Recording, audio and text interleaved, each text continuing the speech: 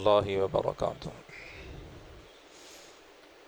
نحمده ونصلی ونسلم علی رسولہ الکریم اما بعد فاعوذ باللہ من الشیطان الرجیم بسم اللہ الرحمن الرحیم الحج اشہر معلومات فمن فرض فیہن الحج فلا رفث ولا فسوق ولا جدال فی الحج وما تفعلوا من خیر یعلمہ اللہ وتزودوا فإن خیر الزاد التقوى واتقون یا اولی الالباب آمنت باللہ صدق اللہ العظیم اللہم صل علی سیدنا و مولانا محمد وعلی آل سیدنا و اصحاب سیدنا و ازواج سیدنا و اولاد سیدنا و مولانا محمد بعدد کل ذرہ مئت الف مرہ وآلہ وصحبہ وبارک وسلم۔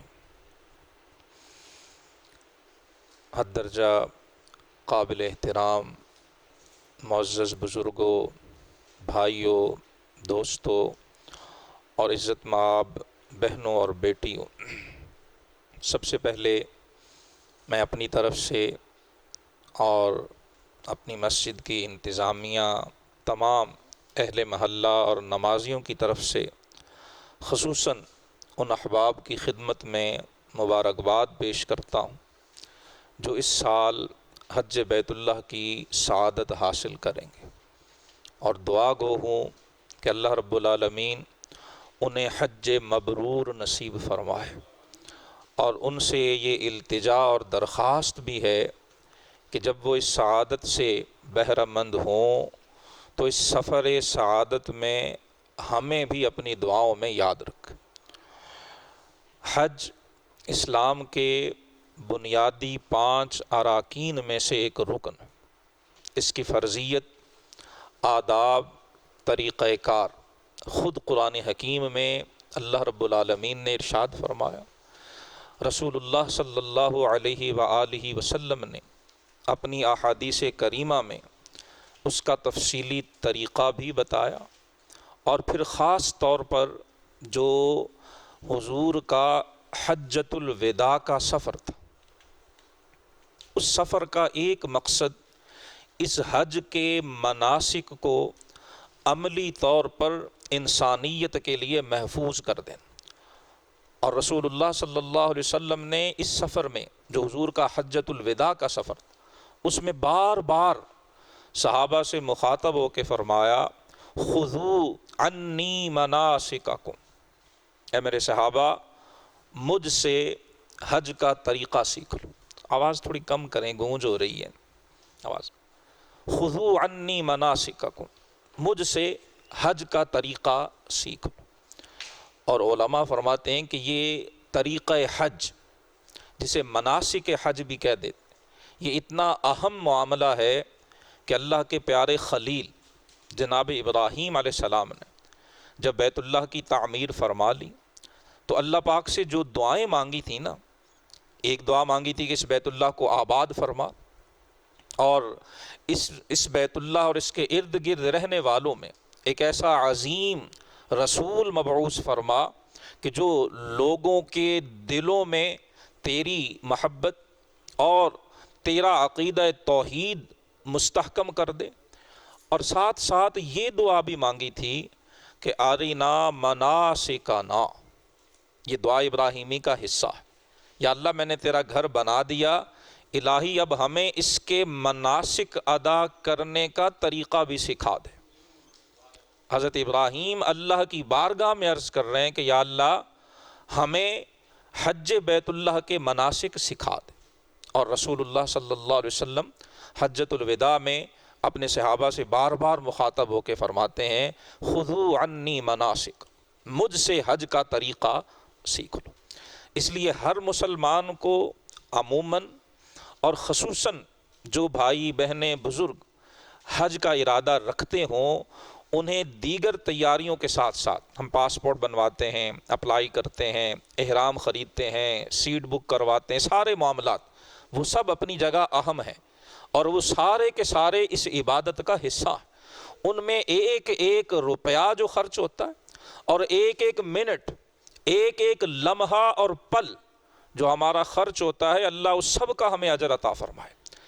لیکن ان ساری تیاریوں کے ساتھ ساتھ جو سب سے بڑی تیاری اس موقع پہ کرنی چاہیے وہ طریقہ حج سیکھنے کی تیاری، جس پہ بدقسمتی سے ہمارے ہاں توجہ کم دی جاتی، اور اس تھوڑی سی جو ہماری شارٹ کمنگ ہے، اس عدم توجہ جو ہے، اس کا نتیجہ پھر ہمیں حج کے دوران بعض اوقات بڑے برے انداز میں بھگتنا پڑتا ہے۔ خدا نخواستہ کوئی بڑی اہم جو حج کا رکن یا عبادت ہے وہ ہم سے رہ جاتی، یا غلط طریقے سے ادا ہوتی ہے، اور ظاہر ہے کوئی مسلمان بھی ایسا کرنا نہیں چاہے۔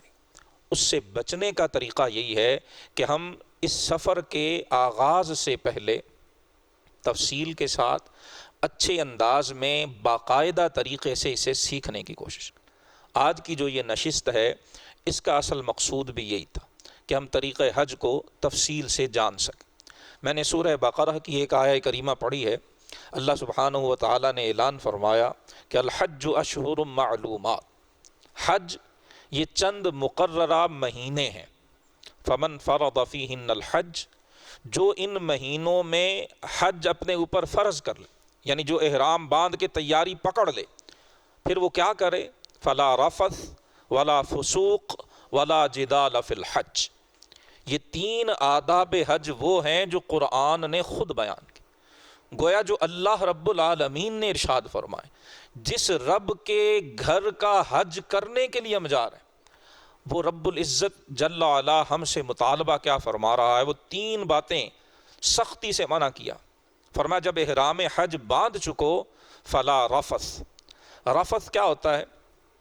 مفسرین کرام فرماتے ہیں رفث کہتے ہیں بے حیائی والی گفتگو کو، جنسی گفتگو، مرد اور عورت کا جو جسمانی تعلق ہے اس تعلق کے حوالے سے کوئی بھی گفتگو، وہ لطیفے کی صورت میں ہو، وہ کسی بھی طرح سے ہو، وہ اپنی زوجہ سے بھی جب احرام باندھ لیا ہے، اب لا رفث، کسی سے بھی یہ جو جسمانی تعلقات ہیں اس کی عملاً کرنا تو دور کی بات ہے۔ رفث کہتے ہیں اس عمل کا زبان سے تذکرہ، اللہ فرماتا تمہاری زبانوں پہ بھی وہ تذکرہ نہ ہے۔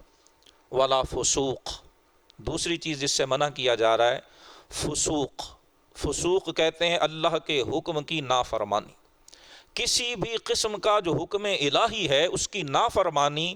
فرمایا یہ حج کا ارادہ کرنے کے بعد پھر جو حاجی ہے، جو اللہ کے گھر کی زیارت کے لیے اپنا گھر بار چھوڑ چکا ہے، پھر اسے رب کی نافرمانی سے بچنا ہے، وہ کسی بھی حوالے سے، وہ نگاہ کی بے راہ روی کے حوالے سے ہو، وہ زبان کی غیر محتاط استعمال کے حوالے سے ہو، وہ کانوں کے غلط استعمال کے حوالے سے ہو، یا کسی بھی حوالے سے اس سے بچنا ہے۔ اسے فسوق کہتے ہیں، اللہ کی نافرمانی۔ ولا جدال فی الحج، اور تیسری چیز فرمایا جھگڑے سے بچنا ہے۔ اس میں تفصیل بیان نہیں کی کہ دوسرے کا قصور ہو تو تمہارے لیے جھگڑا کرنا جائز ہے، تمہارا قصور ہو تو جھگڑا نہیں۔ قرآن کہہ رہا نہیں، کون قصوروار ہے اور کون نہیں ہے یہ معاملہ ہی الگ رکھ دو۔ لا جدال فی الحج، جو حج پہ جا رہا ہے اس نے کسی سے جھگڑنا نہیں۔ حج تو جھگڑے مٹانے کے لیے، حج کے دوران جھگڑے مول لینا، جھگڑے کے اندر حصہ لینا، اس کا باعث بننا، یہ تو حج کی جو فلسفی، جو مقصد ہے اسی کے خلاف۔ تین باتوں سے منع کیا، لا رفث ولا فسوق ولا جدال فی الحج۔ اور پھر آگے بڑی خوبصورت بات ارشاد فرمائی، قرآن کی جو تاثیر، جو عظمت ہے وہ یہی ہے کہ قرآن پڑھتے جائیں سوالوں کا جواب ملتا چلا جاتا، قرآن پڑھتے جائیں دل کے پردے اور غلاف اترتے چلے جاتے ہیں، قرآن پڑھتے جائیں شکوک و شبہات کی پرچھائیاں چھٹتی چلی جاتی ہیں، اور حق کا نور انسان پر واضح ہوتا چلا جاتا ہے۔ انسان حج پہ نکلا ہے، حج میں بہت سی عبادات ہیں، طواف بھی ہے، تلاوت بھی ہے، ذکر بھی ہے، نوافل بھی ہیں، شب بیداریاں بھی ہیں، خدمتیں بھی ہیں، سب کچھ ہیں۔ اللہ فرما رہا وما تفعلوا من خیر، حج کے دوران یا کہیں بھی تم جو کوئی بھی نیکی کرو گے، وہ بھلے معمولی سے معمولی کیوں نہ ہو، یعلمہ اللہ، یہ یقین رکھ کے کرنا، اللہ اسے جانتا ہے۔ تمہیں اپنی زبان سے کسی کو بتانے کی ضرورت نہیں ہے، تم جس رب کے گھر کا حج کرنے کے لیے نکلے ہو وہ یعلمہ اللہ، تمہاری چھوٹی سے چھوٹی نیکی کو بھی اللہ جانتا۔ وَتَزَوَّدُوا، اور پھر تلقین کی جا رہی ہے کہ حج پہ جانے والوں زاد راہ لے کے نکلو۔ زاد راہ کہتے ہیں جو سامان سفر ہم ساتھ لے کے جاتے ہیں، کرنسی لے لی ہے، ریال لے لیے ہیں، کپڑے لے لیے، دیگر چیزیں، جو بھی سفر میں کام آنے والی چیز ہے اسے عربی میں زاد کہتے ہیں۔ اسی سے فرمایا تزودوا۔ میں آیت کی شان نزول کی طرف، دیگر باتوں کی طرف نہیں جا رہا، بہت لمبا جو ہے وہ موضوع ہو جائے گا، میں مختصر رکھنا چاہ رہا ہوں، اس لیے صرف قرآنی الفاظ سمجھانے کی کوشش کر رہا ہوں۔ قرآن کہہ رہا ہے زاد راہ لے کے نکلو، یہ ایک حکم دیا، اور ساتھ ہی فرمایا ان خیر الزاد التقوی، لباس بھی لے کے نکلو، کھانے پینے کا انتظام بھی کر کے نکلو، کرنسی بھی ساتھ لے کے نکلو، میڈیسن بھی رکھ لو، سردی گرمی کے لباس ہر انتظام کر لو، لیکن اللہ فرما رہا ہے میرے بندو ایک چیز اور بھی ساتھ رکھنا بھول مت جانا، وہ کیا ہے؟ التقوی۔ فرمایا تمہارے اٹیچی کیس ہی بھارے نہیں ہونے چاہیے، دل میں خوف خدا بھی ہونا چاہیے۔ جب اللہ کی راہ میں حج کے سفر پہ نکلو تو صرف سامان ہی بھاری نہ ہو، دل میں تقوی بھی ہو۔ تقوی کیا ہے؟ سادہ لفظوں میں مسلمان اور مومن کا یہ یقین رکھنا کہ میرا پروردگار مجھے دیکھ رہا ہے، میں حاجیوں کے جھرمٹ میں بیٹھا ہوا ہوں، میں اپنے ہوٹل کے کمرے کے اندر بیٹھا ہوا ہوں، میں صحن حرم کے اندر بیٹھا ہوا ہوں، میں راستے میں کہیں ہوں، یا میں حج کر کے واپس آ کے اپنی دکان کے گلے پہ بیٹھا ہوا ہوں۔ التقوی، فرمایا حج کے لیے نکلنے والوں باقی چیزوں کے ساتھ ساتھ دل میں تقوی بھی لے کے نکلنا، یہ حکم دیا۔ اور پھر اختتام آیت واتقون یا اولی الالباب، اے عقل والو مجھ سے ڈرو، میں رب العالمین ہوں، میں خالق کائنات ہوں، میں علیم بذات الصدور ہوں، واتقون یا اولی الالباب۔ یہ بڑی خوبصورت، بڑی مؤثر آیہ کریمہ ہے سورہ بقرہ کی، اللہ تعالی ہمیں اس پہ عمل کی توفیق عطا فرمائے۔ حج کے ادائیگی کے 3 طریقے ہیں، ایک کو حج افراد کہتے ہیں، دوسری کو حج تمتع کہتے ہیں، اور تیسرا طریقہ حج قران کہلاتا ہے۔ حج افراد کا معنی یہ ہے کہ جب کوئی مسلمان حج کا احرام باندھے، نیت کرنے لگے تو وہ صرف حج کی نیت کرے، اسے حج افراد کا مطلب یہ ہوتا ہے کسی چیز کو سنگل آؤٹ کرنا، کسی چیز کو علیحدہ اور اکیلا کر دینا۔ جو احرام باندھتے ہوئے صرف اور صرف حج کی نیت کرے، ایسے حج کو حج افراد کہتے ہیں۔ ایسے حج کا طریقہ یہ ہوگا کہ وہ یہاں سے جب جائے گا تو جب تک 10 ذوالحج والے دن جمرہ عقبہ کی رمی نہیں کر لیتا، اس وقت تک اس کا احرام نہیں کھلے گا، وہ احرام کی حالت میں ہی رہے گا۔ یہ حج افراد ہے۔ وہ مثلا ابھی بھی اگر جائے گا، ابھی ذوالقعدہ کا مہینہ ہے، جس نے حج افراد کا احرام باندھ لیا اس کا احرام کھلے گا 10 ذوالحج والے دن، رمی کرنے کے بعد، قربانی کے بعد حلق کروائے گا تو اس کا احرام کھلے گا۔ یہ مشکل ترین جو ہے وہ حج ہے۔ دوسری قسم ہے قران۔ قران کا مطلب ہوتا ہے ملا دینا، 2 چیزوں کو جوائنٹ کر دینا، اکٹھا کر دینا۔ اگر احرام باندھتے ہوئے نیت حج اور عمرے دونوں کی کر لی تو اسے حج قران کہتے ہیں، کہ اس نے ایک ہی احرام میں حج کی بھی نیت کی ہے اور عمرے کی بھی۔ اس کا طریقہ افراد سے صرف اتنا مختلف ہے کہ حج قران کی نیت کرنے والا جب احرام باندھ کے جائے گا تو وہ عمرہ تو کرے گا لیکن حلق نہیں کرے گا، عمرے کا طواف اور سعی کرنے کے بعد احرام اس کا بھی باقی رہے گا۔ قران کی نیت کرنے والے کا احرام بھی کھلے گا 10 ذوالحج کو ہی، لیکن اس نے حج اور عمرے دونوں کی نیت کی ہے، اور جو افراد والا اس نے صرف اکیلے حج کی نیت۔ یہ دونوں ہی مشکل طریقے ہیں، کیونکہ احرام کی جو پابندیاں ہیں انہیں پرولونگ کرنا، 2-3 ہفتے یا مہینہ اس میں گزارنا بڑا مشکل ہو جاتا ہے۔ اور لیکن عبادات میں یہ یاد رکھیے، اصول یہ ہے کہ جس عبادت کی ادائیگی میں آپ جتنی مشقت اٹھاتے ہیں آپ کو اس کا اجر و ثواب بھی اتنا ہی ملتا ہے، لیکن مشقت اٹھانے میں اپنے مزاج کو ضرور پیش نظر رکھنا چاہیے۔ رسول اللہ صلی اللہ علیہ وسلم کا فرمان ہے کہ عبادات میں میانہ روی اختیار کرو، اور بڑی خوبصورت بات حضور نے فرمایا اللہ اجر دینے سے نہیں تھکتا، تم عبادت کرنے سے تھک جاتے ہو، سو اتنی عبادت کرو جتنا تمہارے مزاج اور طبیعت کے مطابق۔ لہذا حج افراد اور قران یہ دونوں مشکل ہیں، اس میں پیچیدگیاں ہوتی ہیں، لہذا اس سے اکثر و بیشتر حج یہاں سے ہمارے خصوصاً پاکستان سے جانے والے اس کی نیت نہیں کرتے۔ ہمارے ہاں جو نیت ہوتی ہے اور جو آسان طریقہ ہے اور وہی کرنا چاہیے، ہم نے بھی جب کیا الحمدللہ اسی کی نیت کی تھی، اس میں آسانی زیادہ ہے، اسی کا طریقہ ہم تفصیل سے عرض کریں گے، یہ بتا دیے تاکہ ہماری معلومات میں یہ دونوں طریقے رہیں۔ تیسرا طریقہ جسے حج تمتع کہتے ہیں، حج تمتع کا مختصر معنی یہ ہے کہ آپ جب یہاں سے احرام باندھیں گے تو صرف عمرے کی نیت کریں گے۔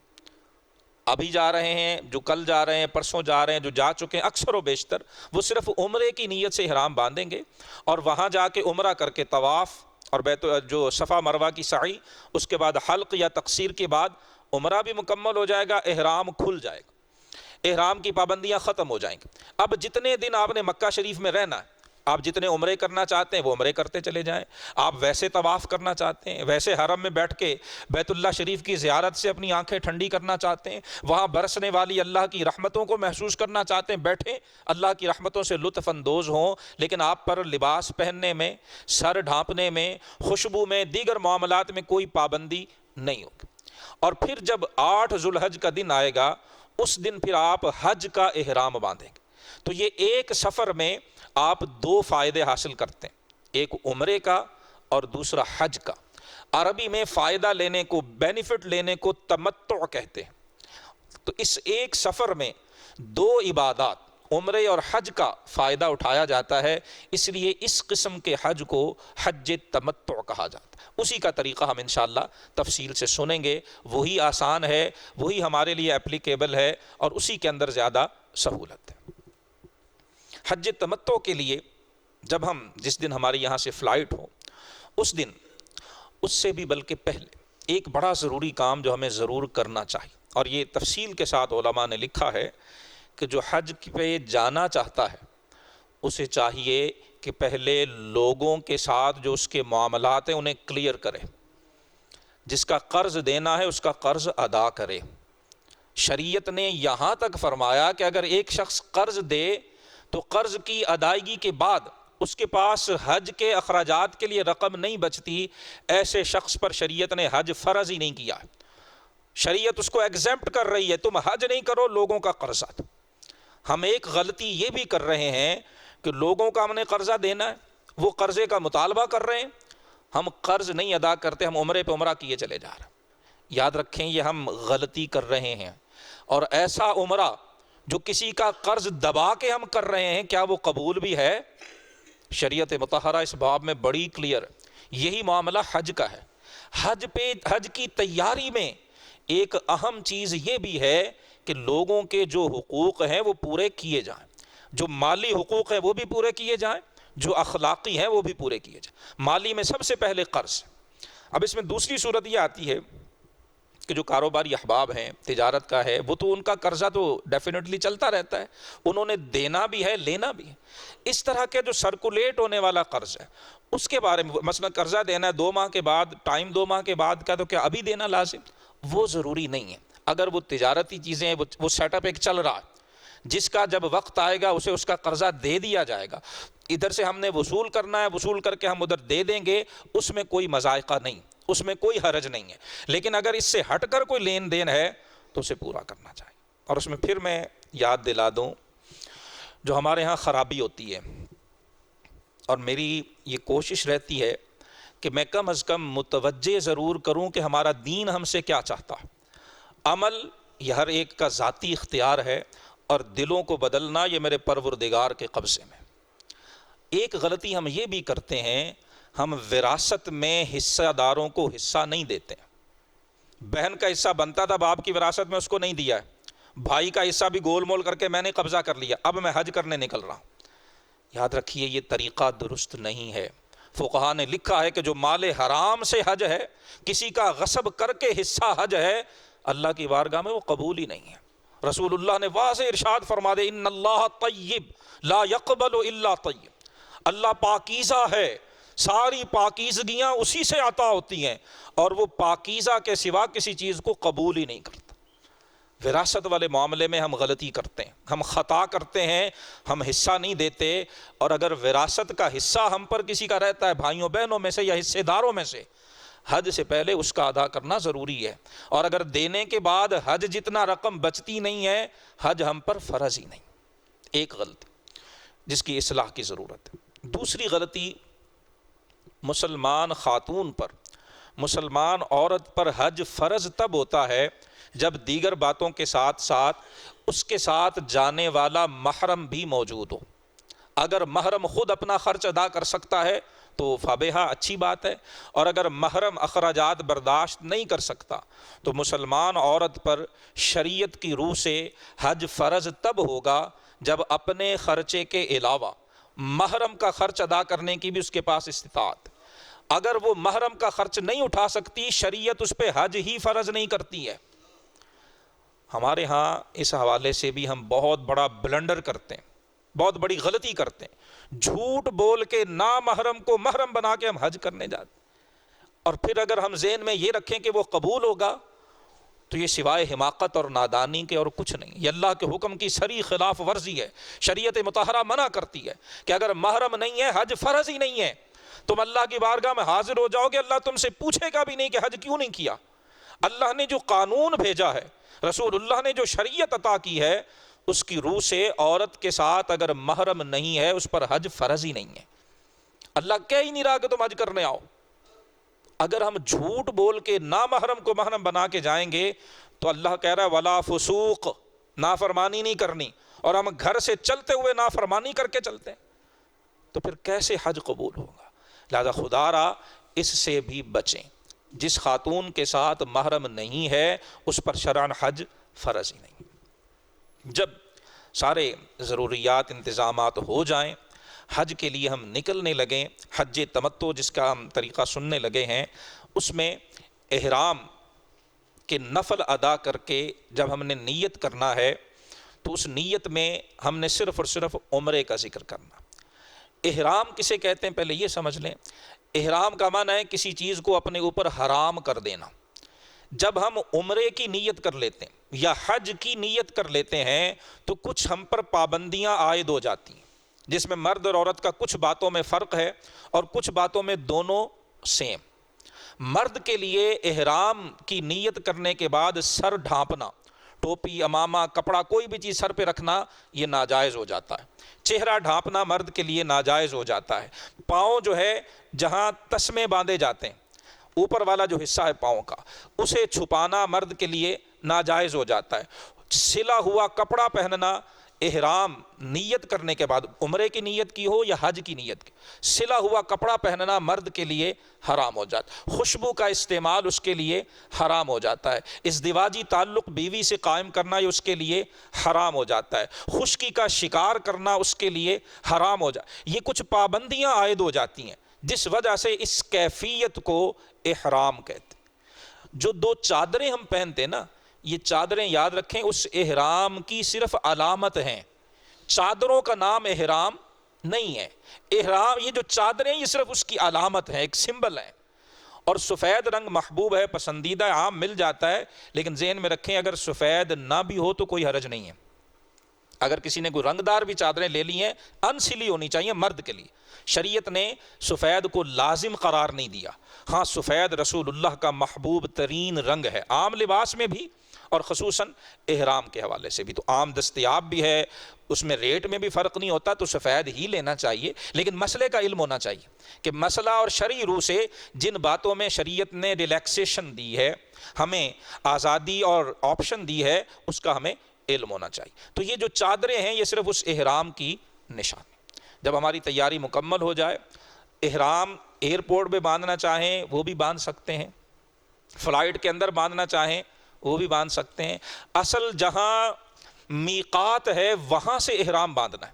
اب میقات چونکہ ہوائی سفر ہوتا ہے پاکستان سے جو جانے والے، اور ہوائی سفر میں ہم جانتے ہیں سپیڈ بہت زیادہ ہوتی ہے، ود ان سیکنڈس، اور سم ٹائم سیکنڈ سے بھی کم وقت میں ہم میقات سے تجاوز کر جاتے ہیں۔ جو حج یا عمرے کا ارادہ کر لیتا ہے اس کے لیے میقات سے احرام کے بغیر گزرنا حرام ہے، ناجائز ہے، اس لیے یہ احرام انسلی چادریں جو ہے وہ پہنی جاتی ہیں۔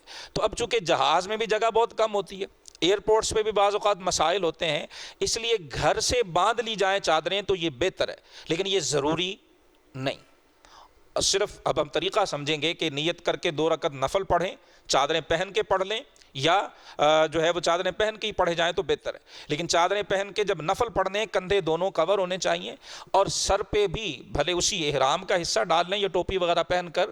یہ جو نفل پڑھ رہے ہیں ابھی ہم نے احرام کی نیت نہیں کی ہے، ابھی سر ڈھانپنا منع نہیں، لہٰذا سر ڈھانپ کر عام طریقے سے نفل ادا کیے جائیں۔ اور جو بہنیں ہیں، خواتین ہیں، ان کے لیے انسلے کپڑے پہننے کی قید ہی نہیں ہے، لہٰذا وہ کسی بھی رنگ کا، نہ کسی رنگ کی قید ہے نہ انسلے ہونے کی قید ہے، ان کے لیے سر ڈھانپنا بھی منع نہیں ہے، سر ڈھانپ کے رکھیں گی۔ ہاں، چہرے کو اس طرح سے کور کرنا کہ کوئی کپڑا چہرے کو ٹچ کرے، یہ عورتوں کے لیے بھی جائز نہیں۔ سر کو بھی اچھی طرح بال سارے چھپائیں گی، جسم لباس باقی بھی عام سلا ہوا پہنیں گی، پاؤں کا بھی اوپر والی ہڈی کو ننگا رکھنا یہ ان کے لیے ضروری نہیں ہے، عام جوتا ساکس وہ استعمال کر سکتی ہیں۔ ان کے لیے صرف یہ جو چہرہ ہے اس پر کوئی کپڑا ٹچ نہیں کرنا چاہیے احرام کی حالت میں۔ تو اس طرح سے کر کے 2 رکعت نفل پڑھیں، عام جس طرح سے نفل پڑھے جاتے ہیں۔ نفل پڑھنے کے بعد پھر مرد جو ہے سر سے کپڑا اتار کے پھر نیت کرے کہ یا اللہ پاک میں عمرے کی نیت کرتا ہوں۔ بتایا تھا کہ حج تمتع میں جب ہم نیت کریں گے صرف عمرے کی نیت کریں گے۔ عربی کے الفاظ کتابیں موجود ہیں، عام ملتی ہیں، ابھی پیش کی جائیں گی جو حج پہ جا رہے ہیں ان کے لیے۔ ان میں الفاظ لکھے ہوئے ہیں، اللہم انی ارید العمرہ، جس کا مطلب ہے یا اللہ میں عمرے کا ارادہ کرتا ہوں، فیسرھا لی، الہی اس عمرے کو میرے لیے آسان کر دے، وتقبلھا منی، اور مولا اس عمرے کو میری طرف سے قبول کر لے۔ اگر یہ عربی کے الفاظ یاد نہ ہو، زبانی پڑھنا ضروری نہیں، کتاب سے کھول کے بھی پڑھ سکتے، لیکن دل کا ارادہ اور پتہ ہونا چاہیے کہ میں کیا پڑھ رہا ہوں۔ اگر عربی نہیں یاد تو اپنی پنجابی میں، اردو میں، جو بھی زبان ہے اس میں عرض کر سکتے ہیں کہ یا اللہ پاک میں عمرے کا ارادہ کرتا ہوں، میرے لیے اسے آسان فرما دے اور میری طرف سے اسے قبول فرما لے۔ جب آپ یہ نیت کر لیں گے اس وقت آپ کا احرام یعنی وہ پابندیاں شروع ہو جائیں گی۔ اب نیت کرنے کے بعد کم از کم ایک بار بلند آواز سے تلبیہ ضرور پڑھیے، لبیک اللہم لبیک، لبیک لا شریک لک لبیک، ان الحمد والنعمت لک والملک لا شریک لک۔ یہ وہ خوبصورت، یہ وہ عظیم اور یہ وہ مقدس کلمات ہیں جو ہر مسلمان کے دل کے اندر چھپے ہوئے ہوتے ہیں، اور جب احرام باندھ کے بندہ ادا کرتا ہے تو وہ ایک الگ ہی کیفیت ہوتی ہے۔ اسے تلبیہ کہتے ہیں۔ اس کا مفہوم بھی یاد رکھنا چاہیے تاکہ جب ہم یہ بولیں تو صرف ہمارے ہونٹ اور ہمارا منہ ہی حرکت نہ کر رہا ہو، ہمارے دل کی دھڑکنیں بھی معنی کے ساتھ ساتھ ہم آہنگ۔ لبیک اللہم لبیک، میں حاضر ہوں یا اللہ میں حاضر ہوں، لبیک لا شریک لک لبیک، میں حاضر ہوں الہی تیرا کوئی شریک نہیں، میں حاضر ہوں۔ ان الحمد، ساری تعریفیں، والنعمہ، ساری نعمتیں، لک، مولا تیرے لیے ہی ہیں، ساری تعریفوں کے لائق بھی تو ہے اور ساری نعمتیں بھی تیری عطا ہیں، والملک، یا اللہ ساری حکومت بھی تیرے ہی قبضے میں ہے، لا شریک لک، مولا تیرا کوئی شریک نہیں۔ ایک بار کم از کم تلبیہ کہنا یہ ضروری ہے۔ اب آپ نے عمرے کی نیت کر لی، اب احرام کی پابندیاں وہ آپ پر عائد ہو گئیں۔ اس میں پھر میں یاد دلا دوں، خوشبو سے بچنا ہے، صابن وغیرہ جہاز کے اندر بھی بعض اوقات ٹیشوز بھی ملتے ہیں، ان میں بھی خوشبو بھی ہوتی ہے، ان سے اوائڈ کرنا ہے۔ ہمارے ہاں گاڑی کے اندر بھی وہ ایئر فریشنر پڑا ہوتا ہے، بعض اوقات سفر میں یہاں سے لاہور جانا ہے تو وہ گاڑی میں ہم چھڑک لیتے ہیں، دھیان نہیں کرتے ہیں، کسی بھی قسم کی خوشبو اس سے بچنا ہے۔ احرام کی نیت سے پہلے احرام کو خوشبو لگانا یہ سنت ہے۔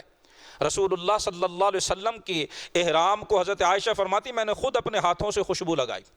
جب تک نیت نہیں کی ہے اس سے پہلے احرام کو بھی خوشبو لگا سکتے ہیں، جسم کو بھی لگا سکتے ہیں، سب، لیکن جب آپ نے نیت کر لی ہے اب نیت کرنے کے بعد خوشبو کا استعمال جائز نہیں. سر نہیں ڈھانپنا ہے, چہرے پر سوتے ہوئے بھی چادر نہیں لینی ہے, اس سے اوائڈ کرنا ہے. جسم کا کوئی بال نہیں ٹوٹنا چاہیے احرام کی حالت کے اندر. خوشبو والی کوئی چیز کھانے سے, الائچی وغیرہ, اس سے بھی پرہیز کرنا ہے. ہاں کسی کھانے میں وہ پکی ہوئی ہے تو اس میں کوئی حرج نہیں ہے, لیکن ویسے کھانا اس سے دوران احرام جو ہے وہ آپ نے احتیاط کرنا ہے. اور جیسے بتایا تھا کہ جوتا جو ہے, اوپر والی جو ہڈی ہے پاؤں کی, وہ احرام کے دوران مرد نے کھلی رکھنی ہے.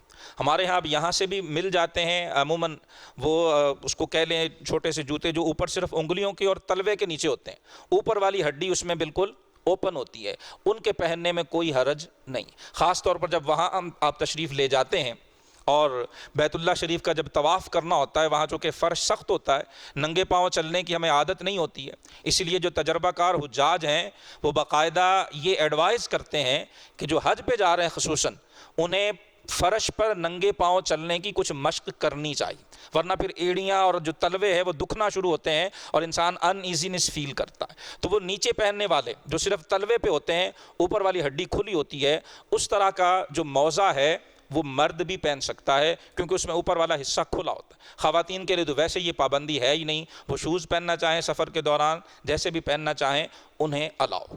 یہ نیت کرنے کے بعد ان پابندیوں کو ذہن میں رکھ کے فلائٹ لیں گے ہم, دوران فلائٹ عرض کی ان باتوں کا دھیان رکھنا ہے, اور اس کے ساتھ ساتھ کوشش کرنی ہے کہ یہ جو وقت ہے, ایئرپورٹ پہ بھی وقت لگتا ہے, فلائٹ میں بھی لگتا ہے, وہاں اتر کے بھی امیگریشن کے معاملات ہوتے ہیں, فضولیات سے بچیں. اور جو باتیں بتائی گئی ہیں, آج موبائل فون ہمارے پاس ہے, اس میں سہولت بھی ہے اور یہ ایک بہت بڑا امتحان بھی ہے. اس میں غیر ضروری چیزیں, اگر حج کے اور عمرے کے سفر کے دوران بھی ہم ان غیر ضروری چیزوں میں الجھے رہیں گے تو اس کا جو تقدس ہے اس عبادت کا, جو اس کی پاکیزگی ہے اور جو مقصد ہے, پھر وہ پورا نہیں ہوتا. یاد رکھ لیے جتنی بھی عبادات ہیں ہمارے دین میں, ان کا مقصد مخلوق کو خالق سے جوڑنا ہے, اور خصوصاً جو حج کی عبادت ہے یہ بندے کا اپنے رب کے ساتھ جڑنے کا تعلق ہے. یہ جو وقت ہے اس کو احسن انداز میں خرچ کیجئے. قرآن مجید آپ کے پاس ہو, آپ کے فون کے اندر, اسے پڑھتے رہیے. پی ڈی ایف میں حج کی جو کتب وغیرہ ہیں وہ رکھیں, اس کو پڑھتے رہیں. سیرت کی کوئی کتاب رکھ لیں, اچھی جو نعتیں ہیں بغیر میوزک وغیرہ کے, تلاوت ہے وہ سنیں, وہ پڑھیں. اچھے کاموں میں اس وقت کو خرچ کریں. ضرورت ہے تو ضرور گفتگو کریں, لیکن غیر ضروری اور خصوصاً سیاسی قسم کی گفتگو, ذاتی اور اس طرح کی چغلیاں اور غیبتیں, یہ تو ویسے حرام ہے. اگر احرام باندھ کے ہم نے یہ کرنے ہیں تو میں نہیں سمجھتا کوئی بھی عقل مند آدمی اسے اچھا سمجھ سکتا ہے. لہٰذا ان باتوں سے اوائڈ کرنا. چونکہ یہ ہماری روٹین کا حصہ بن چکے ہیں, صبح اٹھنا ہے تو پہلے سارے واٹس ایپ چیک کرنے ہیں, ساری ڈی پیز چیک کرنی ہے, فیس بک کا سٹیٹس, انسٹاگرام کا یہ وہ, یہ ساری فضولیات اگر اس سفر میں ہم ساتھ رکھیں گے تو یاد رکھیں ہم بڑے گھاٹے کا سودا کریں گے. ان سے اوائڈ کریں. خصوصاً نوجوان بچوں سے اور جو بہنیں ہیں ان سے گزارش ہے کہ ان معمولات سے اپنے آپ کو بچائیں. احرام میں جن چیزوں کو حرام ذکر کیا گیا, فقہا نے وہ چیزیں لکھی جو اس زمانے میں تھیں. اب جو چیزیں نہیں, فتنے آ گئے اور ہر ایک کی جیب میں ہیں, اگر ہم کہیں کہ جی یہ تو کسی کتاب میں نہیں لکھے ہوئے تو یہ جائز ہے, ایسا نہیں ہے. اپنی نگاہ کی حفاظت کریں. سفر کے دوران, احرام کے دوران اس کا خیال رکھیں, وہ ادھر ادھر بھٹکنے نہ پائے.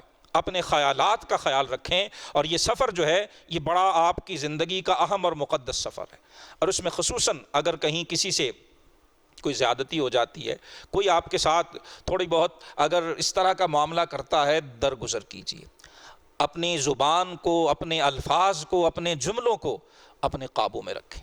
گالی گلوچ, کسی پر غصے کا اظہار, ظاہری بات ہے غصہ انسان کو کسی ناگوار بات پہ آتا ہے, لیکن اس سفر میں اس ناگوار بات کو برداشت کرنا. امیگریشن کے معاملات میں وہاں کے جو آفیسرز ہیں, آفیشلز ہیں, ان کے کچھ معاملات ایسے ہوتے ہیں, لیکن خاموشی, احتیاط, زبان پر درود پاک, تسبیح, اللہ کا ذکر, تلبیہ, لبیک اللہم لبیک, اس کی کثرت رکھیں گے تو انشاءاللہ اس سے فائدہ ہو جائے. جب آپ وہاں پہنچ جاتے ہیں, اب ایک یہ سوال ہوتا ہے کہ جی اگر احرام کی چادر میلی ہو گئی ہے, کوئی داغ لگ گیا ہے, کھانے پینے کی کوئی چیز گر گئی ہے, تو کیا اسے بدل سکتے ہیں؟ جو بات میں نے پہلے عرض کی تھی, اگر اسے سمجھ لیا ہے تو یہ سوال پیدا ہی نہیں ہوتا. احرام ان چادروں کا نام ہی نہیں ہے. احرام ان پابندیوں کا نام ہے۔ چادریں جب جتنی ضرورت ہو آپ تبدیل کر سکتے۔ وہاں پہنچے ہیں، سفر ہے، زیادہ ٹائم لگ گیا ہے، ضروری نہیں کہ آپ فوراً سیدھے حرم جا کے عمرہ کریں، آپ ہوٹل میں اطمینان سے آرام کر سکتے ہیں، سفر کی تھکاوٹ دور کریں۔ خصوصاً جو فیملی کے ساتھ جاتے ہیں، اگر فیملی کو تھکاوٹ محسوس ہو رہی ہے، ساتھ میں اہلیہ ہیں، والدہ ہیں، بہن ہیں، جو بھی ہیں، ان کے آرام کا بھی خیال رکھیں۔ شرعاً یہ کوئی ضروری نہیں ہے کہ وہاں پہنچتے ہی آپ سیدھے بیت اللہ پہنچے، بلکہ یہ لکھا ہے علماء نے کہ ہوٹل پہنچ کر آرام سے، اطمینان سے، بھوک ہے، کھانا پینا کھائیں، نہائیں، لیکن جو احتیاط ہے وہ اپنی جگہ رکھیں۔ نہاتے ہوئے خاص طور پہ کوشش کریں بال وغیرہ نہ جھڑیں، خوشبودار صابن استعمال نہ کیا جائے، آرام کریں۔ چادریں بدلنے کی ضرورت ہے، تبدیل کر لیں۔ خواتین لباس بدلنا چاہتی ہیں، بدل لیں، خوشبو وغیرہ سے بچنا ہے۔ اور پھر اس کے بعد جب آپ ذہنی طور پر بالکل مطمئن ہوں، متوجہ ہوں، پھر بیت اللہ شریف کی زیارت کے لیے، پھر عمرے کی ادائیگی کے لیے تشریف، تاکہ جب آپ عبادت کے لیے نکلیں تو صرف زبان نہیں، دل، دماغ، خیالات، ساری توجہ عبادت کی طرف ہو۔ پھر مکہ مکرمہ میں بیت اللہ العظیم سے، خانہ کعبہ میں، مسجد حرام میں اگر ممکن ہو تو باب السلام سے اندر داخل ہو۔ اور لکھا ہے، احادیث میں ہے کہ جب مسلمان کی پہلی نظر بیت اللہ شریف پہ پڑتی ہے، وہ جو دعا مانگتا ہے اللہ پاک قبول فرما لے۔ اور جب انسان جاتا ہے، سچی بات یہ ہے، خصوصاً جب بندہ پہلی بار جاتا ہے، جب نگاہ پڑتی ہے، انسان کی کیفیت ہی عجیب ہوتی ہے، اسے سمجھ ہی نہیں آ رہی ہوتی کہ اس نے مانگنا کیا ہے۔ اور یاد رکھیے اللہ کے اس گھر کا بڑا جلال ہے، بڑی ہیبت اور بڑا رعب ہے۔ جب ایک بار بندہ وہاں پہنچتا ہے اور سوچتا ہے کہ میں کہاں ہوں، تو انسان کے رونگٹے کھڑے ہو جائیں۔ یہ مانگنے کا وقت ہے۔ جب دل نرم ہو، آنکھیں گیلی ہو رہی ہوں، تو پھر دامن دل پھیلا لیا جائے، پھر اپنے رب سے مانگو، جو مانگنا ہے وہ کریم دیتا ہے، وہ عطا فرماتا ہے۔ جب وہاں پہنچ جائیں تو پہنچنے کے بعد 2 رکعت تحیت المسجد ادا کر لیں بیت اللہ شریف کی زیارت کے بعد، اور پھر اس کے بعد اب آپ نے طواف کرنا ہے۔ یہ عمرے کا اہم ترین حصہ ہے۔ طواف کے لیے آپ نے حجر اسود کے قریب، اس کے بالکل سامنے آنا ہے، اور حجر اسود کے سامنے آ کر آپ نے وہاں سے طواف کی نیت کرنی۔ طواف کی نیت بھی اسی طرح سے اللہم انی ارید الطواف فیسرہ لی وتقبلہ منی، یا اردو میں کر لیں کہ یا اللہ پاک میں تیرے گھر کے طواف کی نیت کرتا ہوں، الہی میرے لیے اسے آسان کر دے، مولا میرے لیے اسے قبول فرما لے۔ اور مرد کے لیے اب حکم یہ ہے کہ وہ اجتباع کر لے۔ اجتباع کیا ہوتا ہے؟ یہ جو دایاں کندھا ہے، جو چادر ہے اوپر والی، اسے اس کے نیچے سے گزارنا، یہ بازو اور یہ دایاں کندھا یہ چادر سے باہر ہونا چاہیے، اس کیفیت کو اجتباع کہتے ہیں۔ یہاں تک پہنچنے سے بعض حاجی ایئرپورٹ سے ہی کندھا ننگا کر لیتے ہیں، یہ غیر ضروری کام ہے۔ فلائٹ کے دوران کندھا اسی طرح سے، پھر چادر اور نیچے چلتی رہتی ہے، یہ چیز اچھی نہیں ہے۔ اور دوسری چیز، جو نیچے والی چادر ہے اسے بھی دھیان رکھیں، وہ ہماری ناف سے اوپر رہنی چاہیے۔ ناف سے جو نیچے والا جسم کا حصہ ہے اسے چھپانا فرض ہے، اگر وہ دوسروں کے سامنے ہوتا ہے تو یہ گناہ ہے، اور احرام کے دوران پھر اس طرح کے کام اور زیادہ اہم ہو جاتے ہیں۔ ناف سے لے کر گھٹنے تک یہ جو جسم کا حصہ ہے اسے چھپانا فرض ہے، لازم ہے، یہ خیال رکھنا۔ تو وہاں سے اجتباع کر لیں گے، کندھے کو چادر سے باہر کر لیں گے، اور پھر حجر اسود کے سامنے کھڑے ہو کر اگر موقع ہو، ہجوم نہ ہو، کسی نامحرم سے ٹکرانے کا خدشہ نہ ہو، تو اللہ توفیق دے تو یوں حجر اسود کے دائیں بائیں دونوں ہاتھ رکھ کے بوسہ دے کے پھر وہاں سے سبحان اللہ والحمد للہ والسلام علی رسول اللہ یہ کہہ کر حجر اسود کو بوسہ دے کے پھر طواف شروع کریں۔ اور اگر ہجوم ہے، ازدحام ہے، خواتین بھی ہیں، مرد بھی ہیں، ڈر ہے کہ حجر اسود کو بوسہ دینے جائیں گے کسی کو دھکا پڑے گا اور کسی نامحرم سے بدن مس ہوگا، ہرگز ہرگز بوسے کے لیے یہ کام مت کریں۔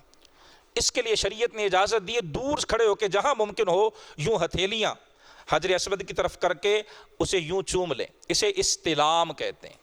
یہ استلام بھی حجر اسود کے بوسے کے قائم مقام ہے، لہٰذا بوسہ لینے کے لیے نامحرم سے ٹچ ہونا یا ہجوم میں کسی کو دھکا دینا یہ ہمارے دین کی تعلیم نہیں۔ اور بعض اوقات ہم کہتے ہیں جی وہ دیکھو ایسے کر رہا ہے تو میں بھی کروں۔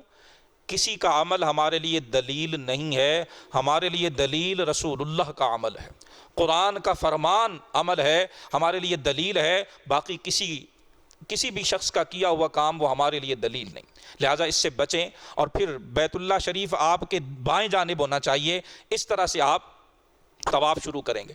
مرد پہلے 3 چکروں کے اندر رمل کرے گا، کندھا پہلے ننگا کر لینا ہے۔ رمل کا مطلب ہوتا ہے خوب اکڑ اکڑ کے پہلوانوں کی طرح چلنا، لیکن یہ بھی اس صورت میں ہے کہ جب جگہ ہو، ہجوم نہ ہو، اور یوں بازو پھیلانے سے کسی دوسرے کو زحمت پریشانی نہ ہوتی ہو۔ اگر ہجوم زیادہ ہے تو فقہا نے لکھا پھر رمل نہ کرے، پھر عام طریقے سے چکر پورے کر لے، مگر کسی مسلمان کے لیے اذیت کا باعث نہ بنے، یہ شریعت کا حکم ہے۔ 3 چکروں میں یہ رمل کرنا ہے۔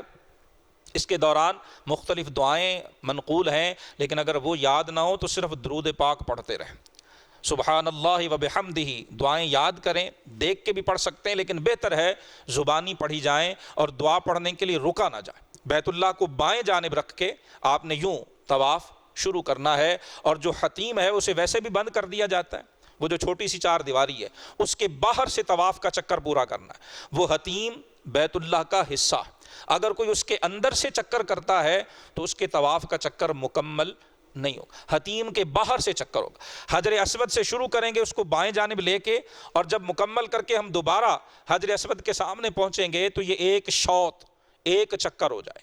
دوبارہ پہنچیں گے تو پھر اسی طرح سے، اگر موقع ہو تو بوسہ دیں، موقع نہیں ہے تو یوں استلام کر کے بسم اللہ والحمد للہ والسلام علی رسول اللہ یہ کہہ کے پھر دوسرا چکر، پھر تیسرا، اسی طرح سے 7 چکر پورے کیے جائیں گے، اور ہر چکر میں جب حجر اسود کے سامنے پہنچیں گے تو اسی طرح سے استلام کیا جائے گا۔ اور حجر اسود اور بیت اللہ شریف کی دروازے کا جو درمیانی حصہ ہے اسے ملتزم کہتے ہیں۔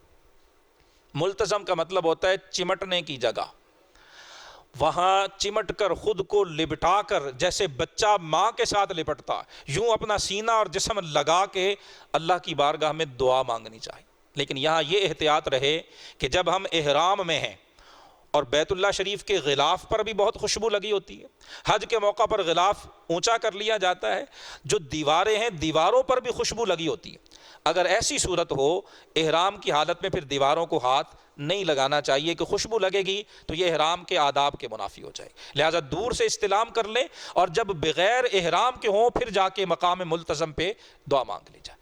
7 چکر طواف کے پورے کرنے کے بعد مقام ابراہیم کے سامنے آ کے 2 رکعت نفل پڑھے جائیں گے، پھر اس کے بعد زمزم شریف پیا جائے۔ پھر دوسرا کام جو عمرے کا رکن ہے، صفا اور مروہ کی سعی، وہاں پہ آیا جائے، اور وہاں آ کے صفا سے شروع کریں گے، اور مروہ پہ جب پہنچیں گے تو یہ 1 چکر ہو جائے۔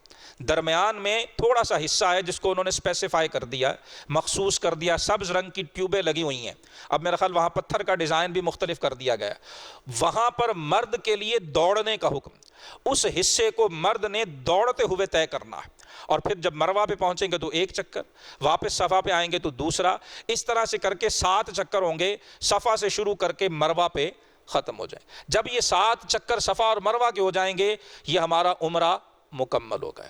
اب اس سعی کے بعد بھی اگر 2 نفل پڑھ لیے جائیں تو بہتر ہے، لیکن وہ ضروری نہیں۔ اب جو عمرہ کرنے والا ہے مرد کے لیے حکم ہے کہ وہ سر کا حلق کروائے، سارے سر جس کو ہم ٹنڈ کروانا کہتے ہیں، اور یا تقصیر، کم از کم بال چھوٹے کروائے، اور سار کے چوتھائی حصے کے کم از کم 1 پور برابر بال کاٹیں گے تو تب قصر ہوگا، لیکن حلق کروانا افضل ہے۔ خواتین کے لیے بھی حکم یہی ہے کہ وہ اپنے بالوں کو نیچے سے دیکھ کے کم از کم چوتھائی بالوں کو 1 پور کے برابر کاٹ دیں، عمرہ مکمل ہو گیا، احرام کھل گیا، اب احرام کی کوئی پابندی نہیں۔ اب جتنے دن آپ مکہ شریف میں رہیں عام سادہ جو قمیض شلوار لباس ہے وہ پہن کر طواف کریں، ملتزم سے چمٹیں، بیت اللہ کو بوسے دیں، لیکن عرض کی دھکم پیل سے بچیں، نامحرم سے ٹچ ہونے سے بچیں۔ جتنے دن وہاں رہیں لا رفث ولا فسوق ولا جدال فی الحج، اللہ کے اس فرمان کو ضرور ذہن میں رکھیں۔ یہ عمرہ ہو گیا۔ اب حج کا جو عمل شروع ہونا ہے وہ 8 ذو الحج کو شروع ہونا۔ حج کے یاد رکھے دن، یہ جو آپ کو کاغذ دیا گیا، اب ذرا اس کو اگر سامنے رکھیں گے تو اس میں مناسک حج ذکر کیے گئے، دیکھ کر سمجھیں گے تو زیادہ آسانی ہو جائے گی۔ یہ بالکل بڑا شارٹ فارم کے اندر بریفلی چیزوں کو ذکر کر دیا گیا۔ حج کے کل یہ 5 دن بنتے ہیں، 8، 9، 10، 11 اور 12۔ ان 5 دنوں میں حج کے تمام مناسک ادا کیے جائیں گے۔ افضل تو یہی ہے کہ 8 ذوالحج کو مکہ مکرمہ سے منا پہنچیں، لیکن اب جو حالات ہیں اس میں بعض اوقات وہ 7 والے دن رات کو ہی لے جاتے ہیں اور کہتے ہیں جی جانا ہے، تو ان سے بحث نہیں کرنی چاہیے۔ کوشش کریں اگر ہو سکے تو سنت ہے کہ جو 8 ذوالحج کی ظہر کی نماز ہے وہ میدان منا میں ادا کی جائے، لیکن اگر وہ پہلے رات کو لے جاتے ہیں، بات نہیں مانتے، جھگڑنا نہیں ہے، یہ کوئی ایسا مسئلہ نہیں ہے جس سے حج کی صحت پہ کوئی اثر پڑتا ہو، یہ انتظامی معاملات ہیں، جس طرح سے وہ کہیں ہمیں انتظامیہ کے ساتھ پورا تعاون کرنا چاہیے۔ منا میں پہنچ کر سنت ہے کہ 5 نمازیں وہاں ادا کی جائیں، 8 ذوالحج کی ظہر، عصر، مغرب، عشاء اور 9 ذوالحج کی فجر۔ یہ دیکھیے یہاں میں اسی کے مطابق تھوڑا سا عرض کروں، 8 مکہ مکرمہ سے منا کو روانگی، نماز ظہر کی ادائیگی وہیں میدان منا میں، وہاں خیمے لگے ہوں گے اور انہی خیموں کے اندر جو ہے وہ جگہ دے دی جاتی ہے وہیں پر، نماز عصر کی ادائیگی، نماز مغرب، نماز عشاء، اور رات کو منا میں ہی قیام ہوگا۔ یہ رات بھی بڑی اہم اور عظیم رات، یہ دن اس میں کرنا کیا ہے؟ یہاں پھر جو اصل امتحان ہے فضولیات سے خود کو بچانا ہے۔ وہاں کوئی ایکٹیویٹی اور نہیں ہوگی، عبادت کے لیے ہم گئے ہوئے ہیں، یہ بڑے اہم ترین ایام ہیں، اور یہ منا، اسی میدان منا میں مسجد خیف ہے، اور یہ وہ میدان ہے جس میں اللہ کے رسول صلی اللہ علیہ وسلم قیام فرما رہے ہیں، اپنی قسمت پہ ناز کریں گے، اور ہمیں جھومنا چاہیے کہ اللہ نے ہمیں اس میدان میں پہنچنے کی سعادت بخشی ہے جہاں امام الانبیاء والمرسلین حاضر ہوتے رہیں، جہاں اللہ کے انبیاء کرام آتے رہیں، اللہ کے مرسلین عظام آتے رہیں۔ بحث سے بچیں، فضولیات سے بچیں۔ ایک بحث جو وہاں جڑ پکڑتی ہے اور پھر بعض اوقات جھگڑے کی صورت بن جاتی کہ جی ظہر 2 پڑھنی ہے کہ 4 پڑھنی ہے، عصر قصر پڑھنی ہے کہ پوری پڑھنی ہے۔ اب ماشاءاللہ ہم میں سے ہر بندہ مفتی ہے، ہم میں سے ہر بندہ ہی مناظر ہے، ہم سے ہر بندہ ہی، اور پھر ہمارے پاس یوٹیوب بھی ہے، یہ دیکھو جی فلاں، اور پھر اس تکرار میں ہم اخلاقیات کو بھی بھول حاجی ایک دوسرے کے گریبان پکڑ رہے ہوتے ہیں۔ یہ ایسا مسئلہ نہیں ہے کہ جس پہ ہم ایک دوسرے کے گریبان پکڑیں۔ بار بار عرض کی کہ دین ہمیں سکھاتا ہے کہ اگر کسی سے گفتگو کرنی ہے تو آداب اور اخلاق کے ساتھ۔ دین تو کہتا ہے کہ غیر مسلموں سے بھی بات ہو، اور اگر ان سے دلیل بھی پیش کرنی ہے، ان سے اگر مجادلہ بھی کرنا ہے تو جادلہم باللتی ہی احسن، وہ احسن طریقے سے ہونا چاہیے۔ مسلمان اگر کسی علمی مسئلے میں گفتگو کرے اور بات گریبان پکڑنے تک جا پہنچے، بات اخلاق سے گرے ہوئے جملوں تک جا پہنچے، تو یہ قرآن سے دوری ہے، یہ شریعت کا مقصود۔ ان بحثوں میں مت پڑیں۔ بہتر رسول اللہ صلی اللہ علیہ وسلم نے قصر ادا فرمائی ہے میدان منا کے، 2 رکعت فرض پڑھیں، لیکن جس طرح ماحول ہو میں نے عرض کی اس میں جھگڑے سے بچنا ہے، فضولیات سے بچنا ہے، نمازیں وہاں پڑھنی ہیں، بعض لوگ پوری پڑھتے ہیں، بعض آدھی پڑھتے ہیں، جس طرح سے بھی پڑھی جائے اس میں اتنا فرق نہیں پڑتا، لیکن اگر آدھی کرتے کرتے ہم کسی کو آدھا کر دیں، اپنے اخلاقیات سے نیچے کسی کے بارے میں زبان پر غلط جملے، یہ شریعت کا مطلوب نہیں۔ اسی طرح سے دیگر بھی جو بحث مقصد ہے وہاں پر ہم اللہ کی عبادت میں محو مشغول ہوں، اپنی خامیوں، عیبوں، گناہوں کی اللہ سے توبہ کریں، اپنی اصلاح اور اپنی بہتری کریں۔ ہم اس کی بجائے ایک دوسرے کو نیچا دکھانے کے جھگڑوں میں لگ پڑتے ہیں، اور یہ بڑے گھاٹے کا سودا ہے، لہذا اس سے بچنا ہے۔ یہ رات وہیں پر بسر ہوگی، عبادت میں بسر کریں، عبادت نہیں تو آرام کر لیں کہ اگلے جو دن ہے وہ آپ کے شدید مصروفیت والے دن، 9 ذوالحج اور 10 ذوالحج کا دن یہ حاجی کی شدید مصروفیت کا دن ہے، لہٰذا اگر عبادت کے دل نہیں کہہ رہا، اکتاہٹ ہو رہا